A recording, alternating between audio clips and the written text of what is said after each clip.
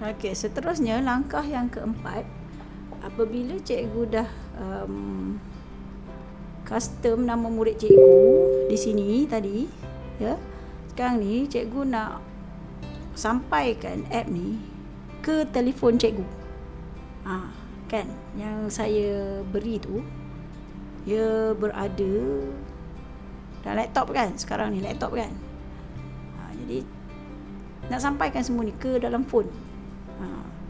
Lepas tu kita tak nak pun ni feature-feature yang nampak kat tepi-tepi ni, belah kanan ni, tak nak pun. Kita nak yang orange ni je sampai ke phone kita. Macam mana tu? Kan?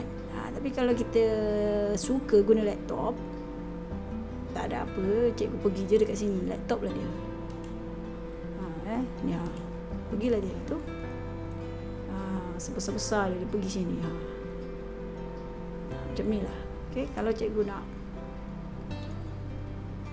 ni besar sikit, tapi berserta dia punya ni lah, sebab cikgu owner kan, dia dapat semua ni, cikgu nampak semua ni, cikgu owner app. Okay, ni phone. Jadi cikgu nak sampaikan phone ni, size phone ni ke phone adalah dengan cara menekan share. Okay. Ni akaun cikgu lah ya, ni akaun saya, akaun cikgu lah. Sepatutnya yang ada 5, okay, owner. Okay, jadi akaun cikgu lah ownernya ya. Cikgu tekan ni, share link. Okay, ambil ni untuk install. Okay, tekan. Cikgu hantar lah dekat, contohnya cikgu hantar ke Telegram.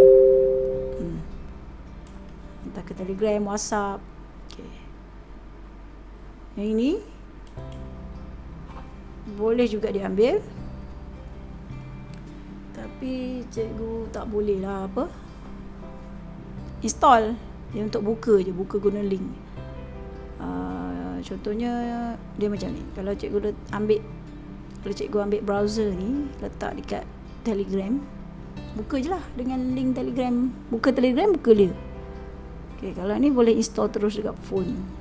Yang ini sebagai owner app, kalau kita nak bagi app kita ni kat orang lain, supaya orang lain pun boleh tengok isi dalam-dalam app kita, okay, ataupun orang lain pun boleh copy ataupun edit app kita, pakai yang ni. Tapi tak boleh pakai pun kalau kita sekadar share editor link ni tau.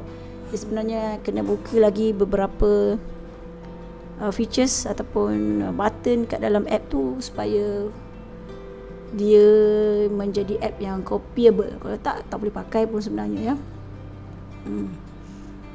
Okay, jadi cikgu pilih lah, cikgu nak yang install ke nak yang open in browser.